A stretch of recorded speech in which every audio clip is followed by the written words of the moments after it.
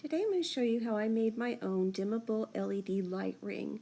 What you're going to need is a light strip. I got LEDs, the daylight color, and in the 6000K. Make sure they're dimmable. You'll also need a 12-volt power supply and an RF remote controller that also allows you to do the dimming feature. Now I used a 3-pack of floral craft rings. Those are 14-inch. I got a 10-pack of craft foam, and then I had a tripod in my house that I wasn't using, so I was able to recycle that. Also, I had my hot glue gun and glue sticks, so I was good to go. And this is optional, but I would suggest that you get some silver metallic spray paint. Now these parts I did have around my house, so I used a GoPro bike mount as well as a tripod mount, and then I used my own screw and hooked those together. Next, you'll want to use the foam sheets and trace around one of the rings of the floral rings. That's going to give you a little bit of extra thickness to it, and then cut out the openings for the bike mount so those can sit flush in there. Now I started out using wood glue. I switched over to the glue gun. It worked a lot better. And then once you get that put in place, go ahead and clamp everything together so you have all 3 rings. I'm doing this right over the top of some paper so I don't get glue all over the place. As you can see, the glue kind of started dripping out the hole, so that's why I switched over to the hot glue gun. But do make sure that you get all 3 layers of the rings together. And then what you want to do is cut your foam into 2-inch strips and then double those up so you have it nice and thick. You're then going to glue a section of that on both the inside and the outside of the craft rings there. And neatness doesn't count on this. Don't burn yourself. Be very careful because, as we all know, you can get burned very easily on the hot glue. So just go around. You can see I have the bike mount in there very well. I also used a zip tie to help keep that in place as well. And then I still have everything clapped down just to hold it in place. Now you can see that I have gone ahead and spray painted it, but I have glued the edges together. And this is where I have wrapped the lights inside. Now I had enough that I went around twice and still have some to spare, but you can use however much you want. Just make sure that you cut right in between those 4 gold dots right on the line.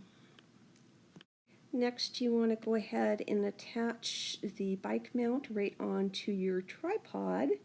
So you should have your tripod looking like this, and this is what it looks like when you have it all done. So again, not the most attractive thing in the world, but gosh, it sure puts off a lot of light. You can see where I have the lights right around the outside of that.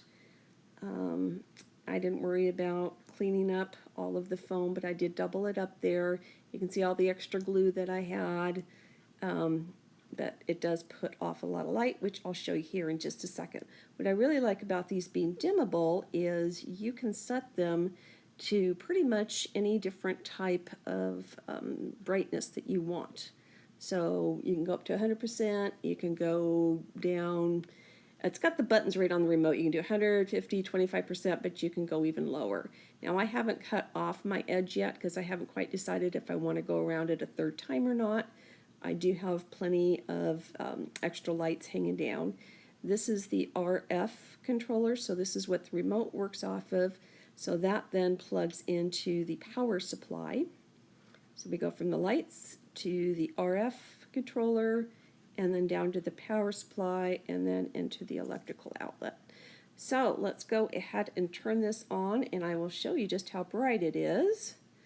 So this is coming on at 100%.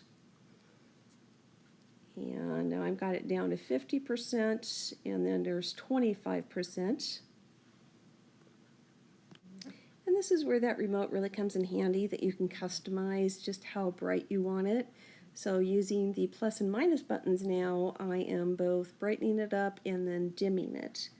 So again, you can go anywhere from 100% on down to probably like about a 5% and just put out a little bit of light. and that is just showing with 2 times that I've wrapped around that 14-inch ring. And I'm going to go ahead and show you a little closer up here what that looks like when you've got the lights together. So there you can see them.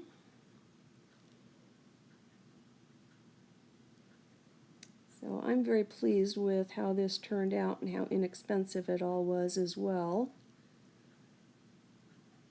So again, you can make this any size you want. I chose to use 14 inches, so there's different sizes of the craft rings that you can find. So whatever size you want to use, just go for it. I would just strongly suggest that you get the daylight lights. That's going to give you the most true looking light. So nothing's going to look yellow, nothing's going to look blue. It's going to be pure bright light. So thanks so much for watching. I hope you found this very helpful.